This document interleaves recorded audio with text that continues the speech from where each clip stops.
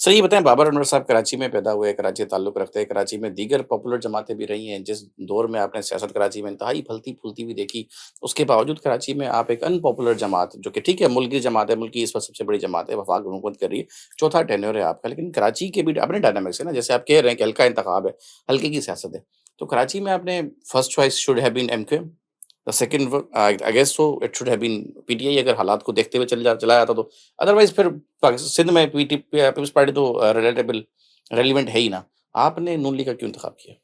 देखिए, पहले तो मैं थोड़ी-सी अपना ब्रीफ बताता हूँ। मेरी पैदाइश मैं नॉर्थ नाज़ाबाद में पैदा हुआ हुँ, और 21 मार्च 1987 को मैं पैदा हुआ। उसके बाद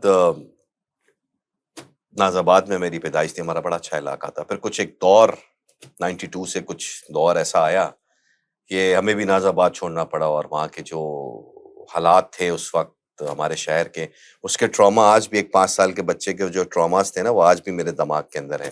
ख़ैर ये एक अलग पूरी ख़ैर मेरी नहीं, शायद ये इस शहर में रहने वाले बहुत से लोग हैं। बहुत से लोगों की मेमोरीज़ के लिए ट्रॉमा मेमोरीज़ होंगी। बट पाकिस्तान मुस्लिम लीग नवाज़ मैंने 2020 में जॉइन करी और 2021 में मैं इत्तफ़ाक़न इस्लामाबाद गया। तो जब मैं 4 दिन मैंने इस्लामाबाद में गुज़ारे, लाहौर से तो बहुत हमारी वाबस्तगी थी, जाते-आते रहते थे। लेकिन वो एक एक इम्पैक्ट बता रहा हूँ कि जो मुझ पे नून लीग को मैंने जॉइन करने का डिसाइड करा। मैं गया तो वहाँ मैंने इस्लामाबाद एयरपोर्ट देखा, मैं बड़ा खुश हुआ कि यार वाओ! बड़ा एयरपोर्ट। फिर इस्लामाबाद में निकला, वहाँ की रोडें, फिर वहाँ ऊपर मरी तक गया, आया, बहुत खूबसूरत रोडें, मतलब सारा नेटवर्क निज़ाम बहुत अच्छा। सितंबर के वो दिन थे। 3-4 दिन मैंने गालबन वहाँ स्टे किया, उसके बाद मैं कराची लैंड किया।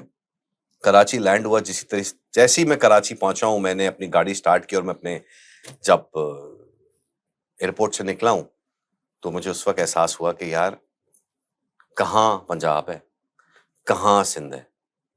मतलब इतना मेजर फ़र्क।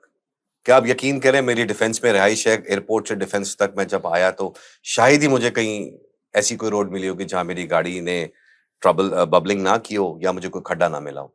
तो मेरा दिल बड़ा उस वक़्त रोया और मैंने कहा यार वहाँ तो नलकों में पानी भी आता है। वहाँ की जो स्ट्रीट लाइट है उसमें बत्ती भी जलती है, वहाँ की खूबसूरत तरीन रोडें हैं, वहाँ ना कोई मतलब वहाँ ग्रीनरी है, वहाँ इतनी खुशहाली और इतनी आपको इतना अच्छा फ़ील हो रहा था उस शहर में या उस सूबे में जाके कि इंसान मैंने कहा यार हमारा क्या कसूर है?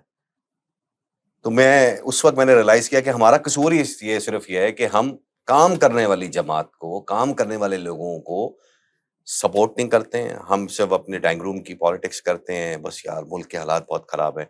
अमली तौर पे कोई इस मैदान में नहीं उतरना चाहता। तो मैंने उसी वक़्त उसी मोमेंट डिसाइड किया कि अमली तौर पे मैं मैदान में उतरूँगा और मैं उस इंसान या उस पार्टी के साथ जुड़ूँगा जिसने पाकिस्तान को बनाया है, पाकिस्तान को एक खूबसूरत करा है। मैं उसके साथ खड़ा होऊँगा और मैं आज तक उनके साथ खड़ा हूँ, उनके बयानिए के साथ खड़ा हूँ, अपने लीडर की विज़न के साथ खड़ा हूँ और लोगों को एजुकेट कर रहा हूँ। मैं कह रहा हूँ इख्तलाफ करो, बहुत अच्छी बात है इख्तलाफ करना।